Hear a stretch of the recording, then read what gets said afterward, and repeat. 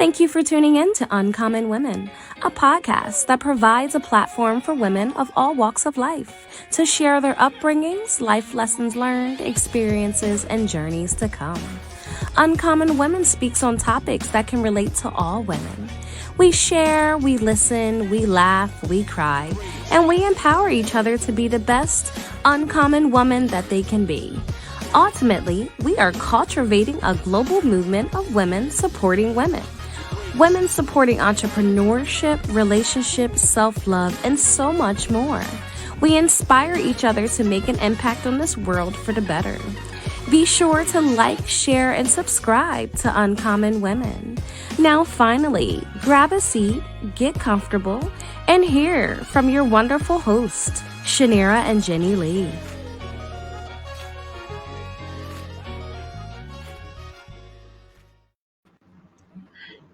Good evening, kings and queens. I'm Jessie Lee. And I'm Shanira. And we are Uncommon Women. And we have an amazing guest speaker. Her name is Jessie Lee Perez, and she will be speaking on the importance of self-love. I'm going to be going into her bio. Jessie Lee Perez. Jessie Lee Perez is a personal trainer for relationships who gaps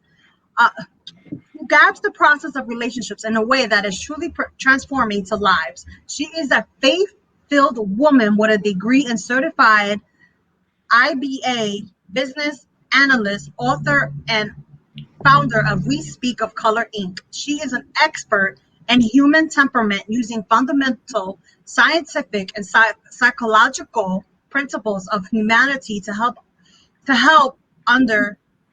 understand people more. Hey, Jessie, thank you. Thank you so much for having me on the Uncommon Women show. I'm so blessed to be here. Thank you so much for giving us the opportunity to be able to have you on our platform and just get some important information in regards to helping women internationally, nationally, in regards to self-love and just the ways to enhance anyone's personality. But before we get into the good things today, can you tell us a little bit about yourself and how was your life growing up? Absolutely. I think that's part of what probably makes me a little uncommon as a woman. I did not grow up with the typical lifestyle that you see in America. I lived and was born in the United States, but I was born in a small town off the coast of Maine. And we lived in the woods and we lived off the land and we didn't have running water till I was 6. So we'd have to go out and pump our water from a well. And in Maine, it snows 8 months of the year. So you had to sometimes tunnel through the snow to get to the well to pump the water. And remember to make sure your hand's not wet when you grab that metal pump. Right. Wow. And so, I don't remember when I was 1, but we actually didn't have electricity until I was nearly 2. And so I remember one day my mother coming in and I had this vivid image of her turning on the gas light. And so I don't know if maybe it was a power outage or maybe I actually have a memory from that young, but it was part of our lifestyle. We had a farm, we had an acre garden, and that's how we lived. And I didn't think that was unusual. I didn't know any different. And so when I started going to school, my friends didn't live like that. And I still didn't notice the difference, but they did. And it made them uncomfortable to come to my house because I didn't have those modern things that they did. And it actually impacted my childhood quite a bit. And it spaced people out from me to where maybe I would have had friends that I didn't have because they were uncomfortable with how my family lived.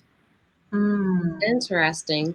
So do you feel at a young age, children had a different perspective on you based on how you were raised or your environment of your household? I do now looking back. I never thought that way. But now that I look back and I kind of see how people didn't really want to come to my house. And I didn't notice that at the time. I just noticed that, it was just me and my sister and my mom. And we just, lived life. My dad would work out of state for half of the year. And so we would go back and forth to New York every few weeks to visit. And when we were in New York, it was a much different lifestyle because they had a house with running water and all that. And it was on Long Island. And so I just kind of adapted. But now looking back, I I realized that I missed a lot of socialization that I would have had if I had been building friendships there. But uniquely, because it was a small town, and with any small town, you don't have a lot of friendship options. You have whoever's in your small town that's your age range. And I found that, as I did mature with these people and I, went through 8th grade there, I didn't actually have a lot in common with these people. And the relationships that I did build weren't probably fostering healthy things in me anyway. Okay. That makes sense. It does. I think it's kind of unique how you grew up. I think it's different, when you speak about it, it just gives people a different perspective on, two different lifestyles, and you're able to make them understand well, this is how I grew up, and then this is how you grew up, and it kind of like you said, you adapted to it. So it kind of that's intriguing to me. I don't know about how others are, but I just love how that just how that is you didn't grow up with having electricity and then having it, and then that's really kind of cool. I like that. It's amazing how we can look back sometimes though, and how God weaves our story together.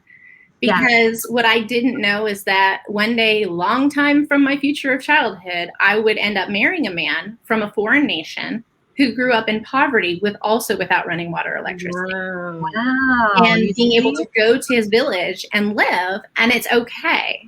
Whereas had I not been raised like that, that would have probably been a huge hurdle for me to overcome. Wow.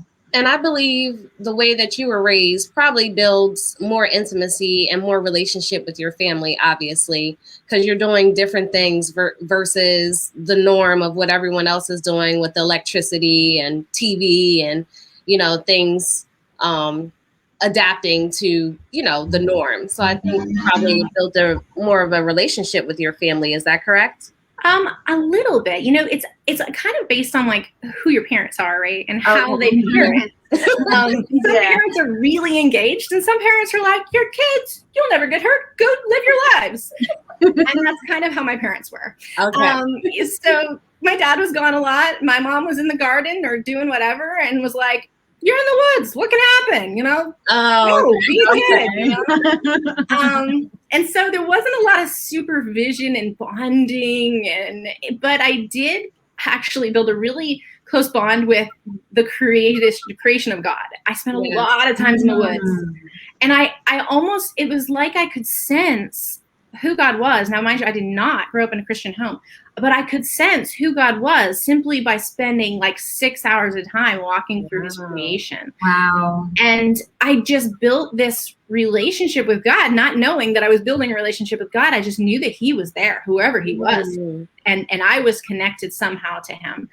And I mean, it wasn't until many years later, and I'm sure we'll probably come across this at some point in the conversation, but I didn't even get saved till I was 26. So huge time period before I actually came to know who it was that when in my childhood, I actually started to relate to. That's amazing. That is amazing. So can you give us some steps that will teach women how to grow both spiritually and practically? I love to. So, I think if I'm to think about this, there's 3 key things. I'm one of those people, I don't like to overcomplicate things. Let's just give it to you simple, because a lot of times the simpler we can make it, not only the easier it is to walk out, but a lot of times all that extra complexity is just noise, and we don't need it anyway, right? So if I'm to think of the 3 things that are really crucial to not only helping you maybe grow spiritually, but also just as a person and maybe emotionally and in your life, is believe in God, know God, and know yourself. And I'd love to be able to break those down a little, if that's okay. Absolutely. You can go ahead. So, when it comes to believing in God, there's this idea that you can just, okay, I believe there's a God out there somewhere. Well, okay, that's a step in the right direction, but believing in God for who he is through the Bible is kind of a key piece to that, because a lot of people will say, oh, I believe in God. I don't have a personal relationship with Jesus Christ, and actually I don't even think that I need that. But when you do have that, you understand how that works and why that is crucial to actually having that relationship, which we'll get to in just a second. But that believing in God is that first step, right? Like if you don't even have that, you can't come to know somebody you don't believe in. Like you just gotta have it in order. And so, opening yourself not only to believe in God through Jesus Christ, but also it's this factor of believing God who is who he says he is. And that is a serious thing, because when you take God out of your box, that, oh, there's a God who can do what these things that I think he can do, into an understanding that God can and will always be more than you can comprehend. And being okay with that. See, we feel like we've got to have it all figured out. We got to feel like nope, if I can't figure it all out, it must not be but God is so much more than we can comprehend with our own minds. And we have to say, okay, I believe you. I believe that there are things you can do that I've never seen on earth happen, that I can't fathom with my mind, actually bridging out of my natural vision into the things that you have done and will do and might even do in my personal life, and just give him the freedom to just be him and be okay not knowing it all, not feeling like you have to have God figure it out to believe in him. And I think that's a crucial thing, even for people who believe in God, who have a relationship with Jesus Christ. Sometimes we still feel like, well, I don't know if I can really believe in him because, like, there's this thing I haven't figured out yet. That's okay. God's God. Let God be God. He's got it figured out, right? We don't need to figure it all out. We just need to believe him. And then there's the step 2, and that's the know him. And, that takes it to where, you can believe him. You can have a relationship with Jesus Christ, say, I believe that you are the Son of God, that you died on the cross, that I am sanctified because you rose from the dead, and that, you took my sin upon you, and have that saved relationship and still not know him.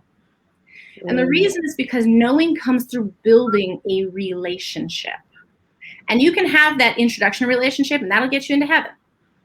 But that introduction relationship is not going to bring you into truly knowing him. Like, really, like if you're going to spend time with somebody, like, you're going to get to know them. And if you want to know somebody, you have to spend time with them. Right. Like, you can know about somebody all day long. You can watch their Facebook scroll. You can see what God's doing in other people's lives. Watch that scroll go by. But until you just take the steps and actually spend time with him yourself, you're not going to know him. You're going to know about him. You're going to know what he's done in Tracy's life and Billy's life. But who is he? Who is he to you? What is that personal I know him relationship? Because I've seen him do this in my life. And when I was down, he's the one who picked me up. And when, I didn't know what to do in the situation, it felt like everything was going to come down. There was no way this could work out. And I walked out of that without a scrape. Like, he's in it. And as we get to know him, one of the best ways to know him is through the Bible. Why? Because the whole Bible shows his character. It shows what he's done. It shows who he is. If you're standing with a group of friends and you watch one of your friends do something, you're going to make assumption about their character based on how they do, what they do, and how they respond. So you're watching their character unfold before you. The same thing happens when you read the Bible. You watch God's character unfold before you. You watch how he interacts with other people, how he picks them up when they're down, how he corrects them when they're not doing right. You get to know him. And as you do that, you get to see him start to work in your life because you know what to look for, because you know his character now, you know him. And so that's step 2. So believe in God, step 1, know God, step 2, and knowing never ends. Like, there's no, I finally know you. That's an ongoing thing. Absolutely. And then the third thing is knowing yourself. Because, we can dive in and really get to know God, but if we don't know ourselves, we're still missing a piece. Because when we don't know why we do what we do, why we respond the way we do, why we can't seem to get a hold on this, or why we're getting so worked up over this, why we feel like we don't fit in our own skin. The list goes on, right? Everybody has an area where they either have struggled, will struggle, or are struggling. That's part of being alive. But knowing yourself and understanding who you are, why you're built that way, and understanding like, gosh, when I'm responding this way, it's because of this in my life, or it's because this is how I'm designed to think, or, you know, this is my parenting coming out over here that maybe, you know, when I was little, this happened to me and this is how I'm responding now. But maybe I have to dig deep and to really start to see like, who am I that I would understand myself, because you can't have the best relationships until you first have a relationship with yourself. And, you know, those are, again, all growing relationships. We'll never have the perfect relationship with ourselves even, because that's always it continuously evolving, right? But yeah, so I would say the answer to your question, believe in God, and know yourself. I like that. And I believe that's what separates religion versus relationship. Yeah. The 3 points that you point out, which was extremely important. I like that. Yeah, so do I. And then especially when you said about knowing yourself, because I feel like if you don't know yourself, you know, but then you can know God, sometimes that creates a lot of issues within yourself, because that's where the struggles come in. So yeah, and you be comparing yourself, right? Yeah. Because if you don't know yourself, then you're comparing your relationship to God with like Sandy's relationship with God. Well, over here, Sandy's got this going. Why isn't that happening with me? Well, you don't know yourself, so how are you going to be able to understand your relationship with your own God, you know? Right. And as you get to know him, he reveals to you. So much. All a part of the puzzle pieces. So much. And sometimes we're scared to open that box, you know, of who we are. And like, you know, and he never does it all at once. He's not just going to be like, boom, there you go, girl. He's going to be like, then what? He's gentle. He takes us one step at a time, like an onion. Like if you've seen Shrek, you know, the ogres are onion layers. Anyway, so like, you know, I remember I was probably, I don't know, maybe 28 years old. And I was just having this time with God where I was kind of, well, I would say afraid was probably understated. I was petrified that he was going to show me the next step of myself, right? Because in prayer, it was like he was getting ready to reveal like who I really am. I'm like, God, I don't even want to know. Like, I was no good. I know that. Then I came to you. You made me good. Let's just keep it there. I don't even know anything else. And so I'm like, God, I don't know if I want to go there. Like, maybe don't open that box, you know? And we're afraid to know, like it's going to be this monster and we don't want to see this. And like, God, you don't even know how bad I really am. But like, God knows us. He knows us. He sure does. And so in prayer that one day, I'm laying on my bed and I'm like, God, I'm just going to start crying now because I know it's going to be horrible. He's so gentle. Yeah, he is. And he opens up this thing. And it's like I had this like vision of him showing me myself. And when he opened it up, it was me as a 6-year-old girl twirling and spinning, free and beautiful and pure. And I just cried. I just bawled because I never imagined that who he would show me I am was that 6-year-old girl who was still kept, who was still pure, who hadn't, you know, gone through everything that I went through after I turned 6. Like, it was just amazing that he went back to the flower. He went back to that little girl and said, that's who you are. You know, so we can't be afraid with God. We just got to trust him. Let him, because sometimes it does hurt, but sometimes it's a healing process. And that's what he's taken us through, you know? Wow. I can just imagine that. I can just imagine like the picture. You were just speaking. I can just imagine the picture. That is beautiful. And how he took you back, you know. I think that was like the innocent part of you. Yeah. Be like this. But he took you back to your childless, your child moment where you were just carefree. Yeah. That's so beautiful. So let's go into some parts. Let's elaborate a little bit. Can you speak on personalities and attributes and why we think certain ways or do certain things as adults, or how it got to that place? Absolutely. You know, I didn't kind of try to go out to become a temperament consultant. It just happened. Okay. But like, I'm a very logical thinker. And I think that's one of the things that kind of, had me caught up a little bit in relationship building, because I'm like, I got to understand people. I got to get right to the point. And people, we're relational people. We're not like logical, always. Right. And so my brain didn't like that.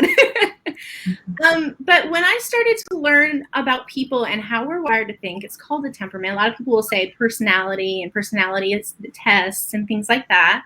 But what I actually focus on is the temperament. So the difference between the two is that the temperament is the innate way that we're wired when we're born, and it's how we function and how we think about things through life. And then personality is temperament plus life experience that go together to frame our worldview. And so a lot of the different kinds of assessments you'll see are actually temperament, but people don't know what that is, so they call it personality. Okay. But really what it kind of breaks down to is that there are 4 different temperament types. And I don't know if you are familiar with Myers-Briggs. Have you ever taken a Myers-Briggs assessment? It's got a bunch of different letters, and people figure out what ours are. Yeah, so it's popular in some like work groups and things like that. Government does a lot with it. But basically, there's a science that was developed over the years to try to understand how people think. Why are we different? How are we the same? And so I use a colors kind of approach to take all that, but really put it down into 4 colors. Okay. So it's blue, green, orange, and gold. And so we're all a spectrum of all of the parts. And that's what's missed, I think, a lot, is that sometimes people try to pigeonhole us and say, oh, you're just this or just that. But we're human beings. So right. We really are all a spectrum, but we are going to lead with certain colors. And so, each one of the colors has certain things that really define how you think, why you do what you do, why you care about what you care about. For example, somebody who is a very bright blue, they're going to be those relational people. Hey, everybody's, your friend, your friends are your family. Some of your family might not be your family if they're not acting right, And then, they never met a stranger, but like they thrive on relationships. And it's all about, trying to help people out because they need to help, and that's just like who a blue is. Whereas then you've got your golds, and your golds are very structured people. It's all about, I gotta have things in order.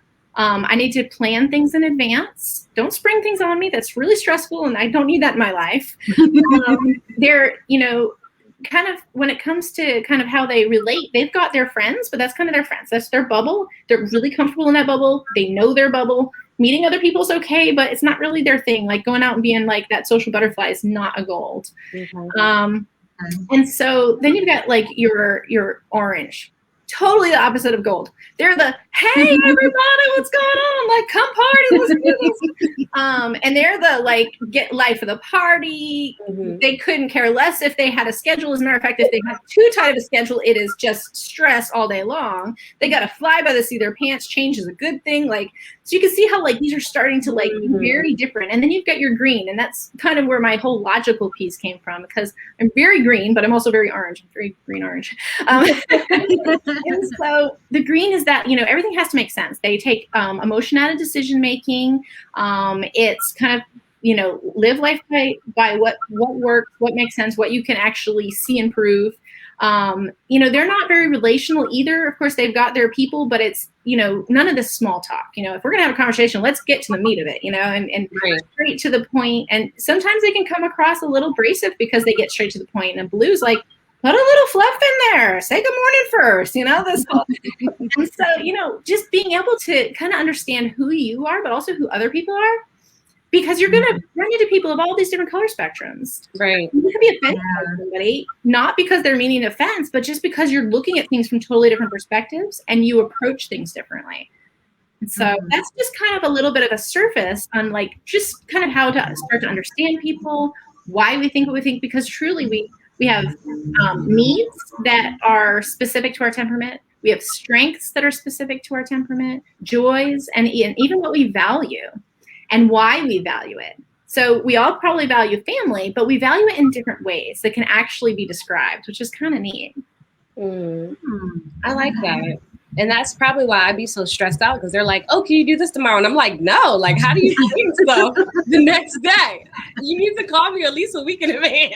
Yeah. Definitely. Well, the fact that you have everything so orderly, even for this, like how you provided all the details, the documents, the schedule, I was like, okay, she definitely has a little gold in there somewhere. Yeah, that definitely did get pointed out. Mm-hmm. Yes, you sure did point it out. Yeah, she is. She's very well organized.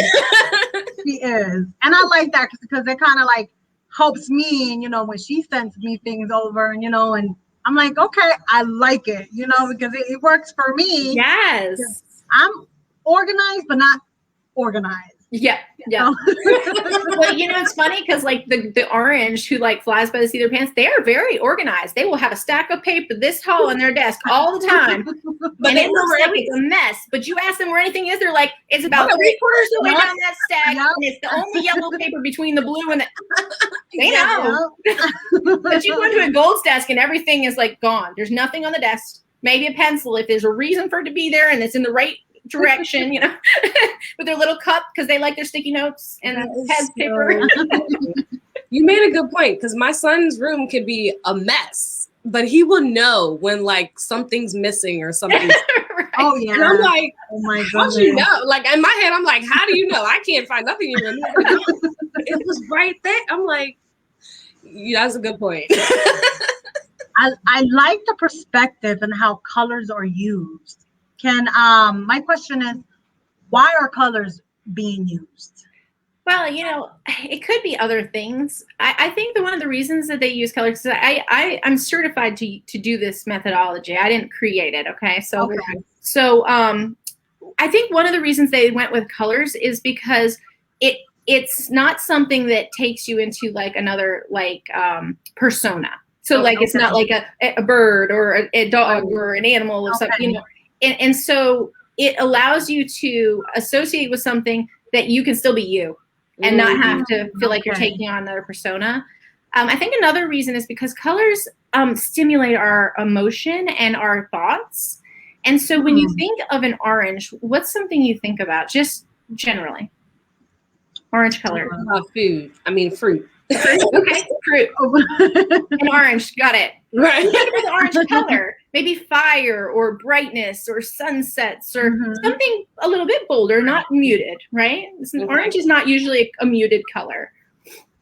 Then you think about blue, and they relate blue kind of to like the feeling of water, that fluidness, but kind of having that peacefulness about it. Blue, they say if you paint a room blue, you get a sense of peacefulness. And the blues, they want to get along with everybody. They don't want to have any kind of, hostility, no conflict. Let's just be peaceful, And then you've got your golds, and notice it's not called yellow. It is gold. And so while it may be, represented as a yellow in color, I think the idea behind the gold is that, it's all about, it is what it is. It's there's that pureness of it that gold is one element, and gold in color of temperament is like they've got their set ways. This is how it is, and I think that kind of ties in a little. And then of course you've got your green, and I don't know for sure why green kind of is what it is, but it seems to make sense to me. So. Wow. That's good. So how can we dig deep into loving ourselves through our colors, or how we're expressed upon ourselves based on the color of our personality? Yeah, I think, one of the things that's interesting is that we live in a society where we're flooded with media. And we're also flooded with people's opinions in our own households even, And sometimes we feel like people are always telling you, this is how you should be. This is how you should be. This is how you should dress. This is how you should think. Why can't you be more like this person? Why can't you be more like me? You're just like your mom. I mean, like all these things that are impressed upon us with who we're supposed to take our identity from, or how we're supposed to change because we're not good enough for this, or we're not good enough in that. Maybe you're not supposed to be. That's each color spectrum also has innate weaknesses, not just innate strengths. And if we look at them almost as a puzzle, somebody else's perfect strength is going to fit into somebody else's perfect weakness. And what does that do? It forces us to build relationships. And God has called us to build relationships, not just with him, but with each other as a church, as his church. And as we can start to understand what our colors are, what our strengths are, why am I strong in this area? Well, maybe you practice, or maybe you're gifted in that area because it's aligned with your color. And maybe you're weak in that area because nobody that's that color is good in that area. And, I think we put ourselves too much, criticism on ourselves. Gosh, I'll never be as good at being organized as Sheila is. No matter how much I try, I'm just not good enough. Okay, you're an orange. You're never going to be she's gold. It's not going to happen. Come on, find your strength. Right. But when we can understand those things, we get to stop comparing ourselves to each other. We get to start saying, okay, they're really good at that. I value that so much. And I know I'm not good at that because I'm not designed to be good at that. So I'm going to embrace who I am and how I'm designed because it's who I am. I felt really self-conscious growing up just because of my inability to naturally build relationships. Well, I didn't know I was green and I didn't know even what that meant. But greens don't build relationships the same way as a blue or an orange. And even a gold. Golds kind of build them like kind of organically, and there's this connection that happens, and they end up with that close friend, right? And blue's like everybody's friend, unless you do wrong, and then there's no blue for you. And then oranges are like, whatever. I mean, if you're gonna have fun with me, let's go be friends. And if you're gonna go do this, let's go be friends doing that. I don't need a friend in every area. Let's just have a bunch of them, And then there's the greens is kind of like this, like if you get put into the fire with another green, like you're gonna bond and you're gonna be able to work through that together. And it's that working through process that you build that relationship, that whole iron sharpen iron thing. Right. But other than that, like they don't do small talk. So how do you get past not knowing somebody to having a relationship? And a lot of greens struggle with that space in between. Because other people do small talk and they don't know how to just jump into conversation. So how do you teach a green how to build relationships? Well, I didn't know until I learned, and now I know and can teach others, and I do. Because when you come into knowing somebody, greens are looking to understand. They're always seeking knowledge. So what I tell my greens is look to understand the person that you want to get to know. So to the person you are getting to know, it looks like small talk, but to you, reframe it. So, hey, I heard you have a business. Like, what do you do? Like, and then when they tell you what they do, that's usually where the conversation peters out because then they switch topics. But a green can't do that. So be interested. Oh, really? You work with kids? Like, I've got tons of nieces and nephews. Like, what kind of kids do you work with? Because now they're digging deeper for more information. And all of a sudden, as you're digging deep, you're getting to know people more. And you walk away not just having a surface conversation, but actually knowing something about the person. And guess what happens to the other person? They feel like you're interested. Isn't it amazing when people feel like you're actually interested? They didn't even know. It's like, oh my gosh, I don't know who that person was, but they cared. They wanted to know more about me. Like, I love them already. And you've overcome this thing that greens struggle with in that simple way of just wanting to know more. I like that. I like that. I love just how the whole colors play out and the whole personality thing going. That I would have never known. So I guess we don't, right? No. I guess I'm a blue. I'm gonna say I'm a blue. Nice. Yeah, it's not something we naturally just know. It's this. I mean, I guess in a way, it's kind of like any science. Like, I love science because it's the discovery of what God's done, right? And so when we start to really peel back the layers and understand things, like how many people are like, by the way, let me tell you how the human person thinks. Like, no, like it just doesn't happen, right? Right. It's God's perfect design. And like when we expose it and you're like, oh my gosh, it's sitting there in front of me this whole time and I had no idea. It's just amazing. Yeah, it is. So Jessie, what inspires you? I love that question. I would say because of who I am and how I'm wired, there is nothing more inspiring than watching other people fulfill their callings and the ability to grow. I love watching people go from where they are and take steps and grow. And on the inverse, it's so frustrating to watch somebody with so much potential do nothing with it. Yes. I'm like, oh my gosh, I want to make you do something, because it's so inspiring when I see somebody and I see, that they started here and they're growing and they're doing this and they're reaching out, and maybe it's not a success all the time, and that's totally normal. If you're successful all the time, I need to meet you, because I've never met one in person like that. But like, it's that they're out there and they're trying to, make that path that they believe is the way that they're called to walk, and that's really encouraging, especially when it's what they have got that relationship with God, and it's what they believe that God is calling them to do. Like, that is truly the most inspirational thing. And God calls us to do all kinds of different things. Some people are called to direct minister, and they're in the hard places, just preaching it on the street and knocking on doors, and other people are called to write, and other people are called to bake. Like, literally, your ministry could be baking, right? Mm-hmm. Yeah. Because it's how God wants to use you. And if you're on that path and you're doing it, like, that is so inspiring. I like that. And then sometimes, as we, everybody as a ministry, we're not seeing everything as a whole, but we all need each other in the long run. Yeah. To make it whole, Absolutely. That's good. Is there anything that you would like to share to women or express that we didn't cover today?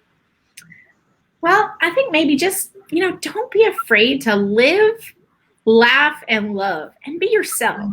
I mean, when it comes to living, you could just be when life is passing by, or you could be part of it. And don't be that person who lets life just go, and pass by in front of you. Be part of it. Like, go do whatever it is that you feel like God is calling you to do, because, we don't always make perfect steps, but if we're praying and we're seeking Him, like, it's not like we have a specific calling and that's what we always have to do. Like, God has a whole life for us to live, and it's this moving thing that's continuously changing. Yeah. And be part of that. Don't be afraid. Don't hold back because you could make a mistake. Like, just go be part of what God is doing and live it. And then, like, laughing, like, it's okay to laugh at yourself. It's okay. Like, we're not going to be perfect, even if we wanted to be. In that one moment where you're totally trying to get it right, like, that's the time when your heel's going to break and you're going to fall on your butt. It's okay. Just laugh it off. Laugh at yourself and move on, because, don't worry about what other people think. Just go with it, And love, I think a lot of us are afraid to love because we've been hurt. And when it comes to opening up those doors of love, love is the greatest healer in the world. Yes. And so if we have been hurt, like, not allowing love in is just keeping us in that space. Whereas we just kind of open ourselves up, and the greatest love of all, of course, comes from God. And as He fills us with His love, then that will start to pour out of us onto others. And just let yourself love and take that risk, because it's going to be so worth it. So, and then just be you.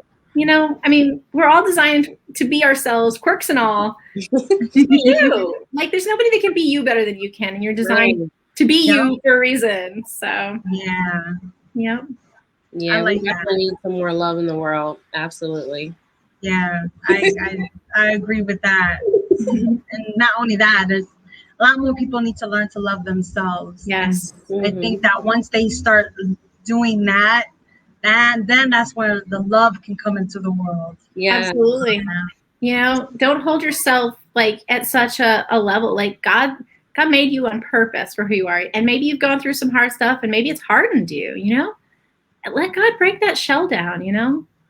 Maybe you don't like you because of how you've been formed through your life and the things that have happened to you, and don't let that hinder you. Go into God and be like, God, like, I don't like myself. Fix me. Like, you know what? Make me who you want me to be. And it's okay to tell Him that. he can handle it. And, it's amazing what he can do. When we talk about the fruit of the Spirit, sometimes we try to do the fruit of the Spirit. You can't do the fruit of the Spirit, Mm-hmm. Those things come when God is filling us. Mm-hmm. If we're lacking in, self-control or patience or love or, any of the fruit of the Spirit, notice it's not called fruits of the Spirit. It's fruit. It is the fruit of God coming out through us, and it's when we're filled with him that we can really love ourselves the best, because what we realize is that I'll never be perfect. And you give yourself like permission to do that. Mm-hmm. If we're holding ourselves to such a standard that, oh gosh, if I don't get this right, or if I don't make that perfect score, or just give yourself permission to not be perfect. God handles that. He's the perfect one. If he wants you to be perfect in something, he'll make it happen through you, because we don't need to control it. Let him, do your best, do excellent, but don't aim for perfection. Wow, I love that. In him. That's right. Yes. So, can you share your business or where we can find you? Yeah. And also your book. Absolutely. Yep. So I try to make it easy. It's just my name. So it's JessieLeePerez.com, JessieLee Perez, PEREZ.com. And, I tell you a little bit about myself. I've got all kinds of interesting things on there. My about page is not like anybody else's about page. And then my book is on there as well. It's called Color by Design. And so this really kind of goes into an understanding of things we've talked about today, understanding yourself through the lens of color, but not just about it. It helps you understand it to where you can start to apply it in your own life. And this is everything from your relationship with yourself, relationship with others, professional relationships, and even your relationship with God. There's a chapter where I walk through the different stages of relationship and what that looks like, because, sometimes we don't even realize there's different stages of relationship. And so when we start to recognize that, we can start to look at our relationships in our life and really see them in a different way that can help us mature them in ways that are really healthy. I love that. That's awesome. Yeah. So viewers, be sure to check out her website. Dive deep into her book. Again, JessieLeePerez.com. And she has all her goodies on her website, named after her, which is good. You can't forget it if you remember our name of the podcast. That's right.